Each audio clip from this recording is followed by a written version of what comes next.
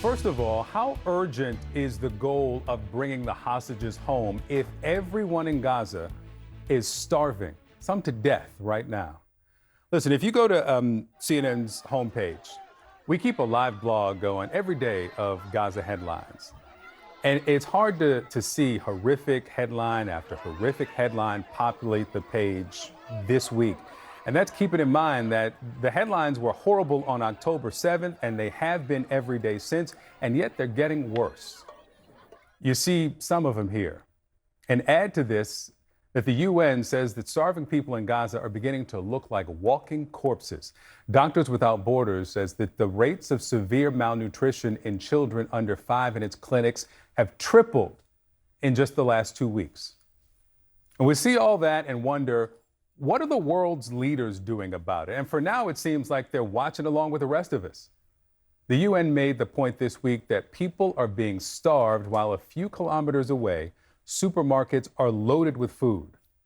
Israel says that they'll allow other countries to drop aid into Gaza from the air in the next few days, but the UN warns that that method is costly and it's dangerous. And talks for a ceasefire, they're not going well either.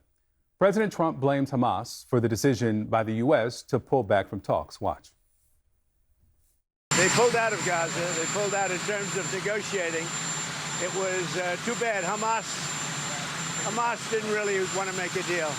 I think they want to die, and it's very, very bad. And it got to be to a point where you're going to have to finish the job. They really they asked for things. Don't forget, we got a lot of hostages out. So now we're down to the final hostages, and they know what happens after you get the final hostages. And basically, because of that, they really didn't want to make a deal.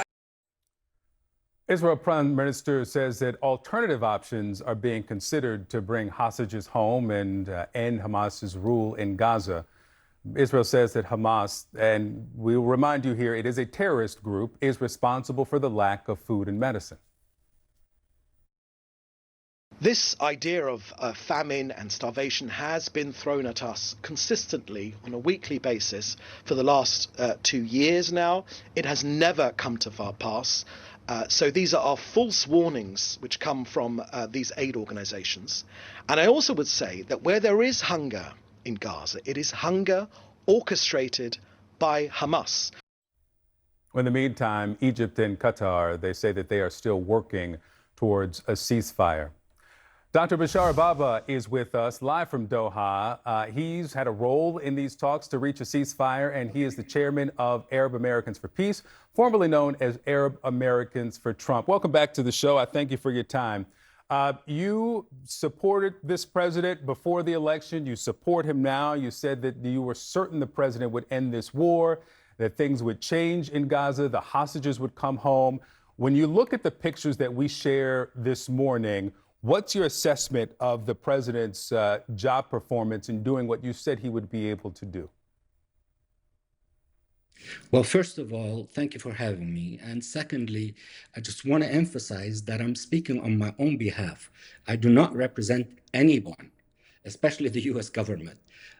So having said that, I think what we are seeing is that there are two different approaches to the conflict. One whereby one strategy is to find what is the minimum acceptable situation to both sides, meaning to the Israelis and to Hamas. And when then you would go into negotiations during the 60-day ceasefire period and flush out the details. Now, Hamas's approach has been to insert new details or conditions while they're negotiating. Now, we're saying you cannot do that when people are dying. Let's get a ceasefire in place.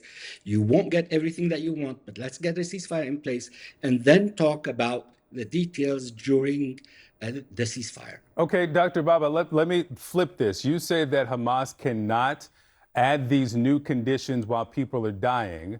My question is, why can't these people get food and fuel and medicine as these terms are negotiated? I agree with you 100%. I mean, I get tons of messages from people in Gaza begging for food. Some people have said, we wish that a nuclear bomb would hit us so that this suffering, starvation ends. Now, the Israelis control the flow of aid into Gaza. Nobody else does. Nothing gets into Gaza without Israeli approval. Now, the United Nations have said that they wanted secure passages for their trucks to go into Gaza. And the Israelis have not provided the security for those trucks. So we're in a bind right now. People are dying. Israel has to realize that it has a significant responsibility to end this starvation in Gaza. It's totally unacceptable. There has never been a war like this with starvation in the 20th or 21st century.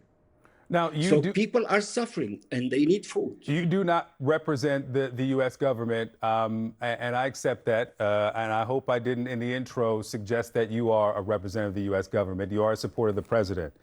I want you to listen to a member of his administration, though. This is the deputy spokesman for the State Department on aid and what they say is Hamas looting. This was Thursday of this week. In terms of the food, is that Hamas, through looting the food, has led to weaponization. They are weaponizing aid when they are able to. We have a system in place attempting to get as much aid into Gaza as possible in a way where it is not being looted by Hamas.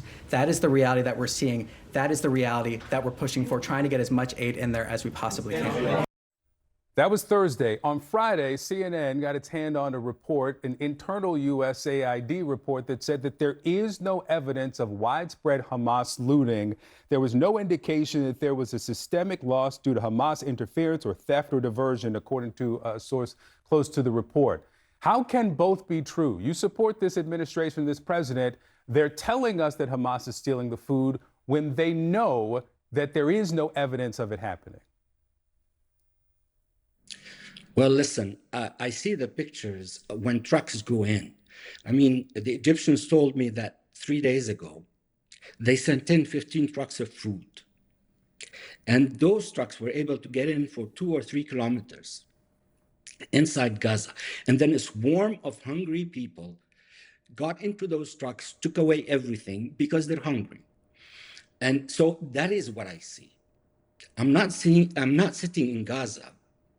But these are the pictures that I see. I hear from people that their brothers and sons go to find the aid trucks, and many of them wonder if they will ever come back alive, because it's a dangerous thing to go to the aid trucks. So, I mean, it's not a political situation. The situation with food is humanitarian. Food has to get in irrespective of who puts what on whose blame. It's irrespective of that. Food has to get in. People are dying and people are starving. And that's a reality. Dr. Bahbah, when I first spoke with you, this was before the 2024 election, your first appearance on the show. You told me that you were certain, and these are your words, not mine, that Donald Trump strikes fear into the heart of Benjamin Netanyahu, that he can influence him. And so when you suggest that this is only Netanyahu, it was you who told me on this show that Donald Trump had the influence to get the prime minister to do what he wanted. I want to also read something from before the inauguration. This is November 20th, 2023, an op-ed that you published. And you wrote this: if the fight goes on for an extended period, the number of Palestinian casualties will rise to the point that the world's rage will fall upon Israel and those who support it. The Israeli military, with all its sophisticated and advanced military equipment, is not heroic in killing people stranded in Gaza, where no place is safe and where it is an open-air killing field. Your words. Is the U.S. now a rightful target of the world's rage, as you described it? Listen, I'm confident that the president is looking for a resolution to this conflict. I'm confident that the president does not want to see people hungry. At the same time, I am confident that he's working on getting food in. Now, what the Israeli calculations are, I do not know. But the president is very committed to that, at least from my perspective. 1,000 people since May shot and killed, waiting for food. More than 120 died of starvation in the last week, more than 80 of them children. Dr. Bishara Bahbah, thank you so much for being with me this morning. Thank you very much.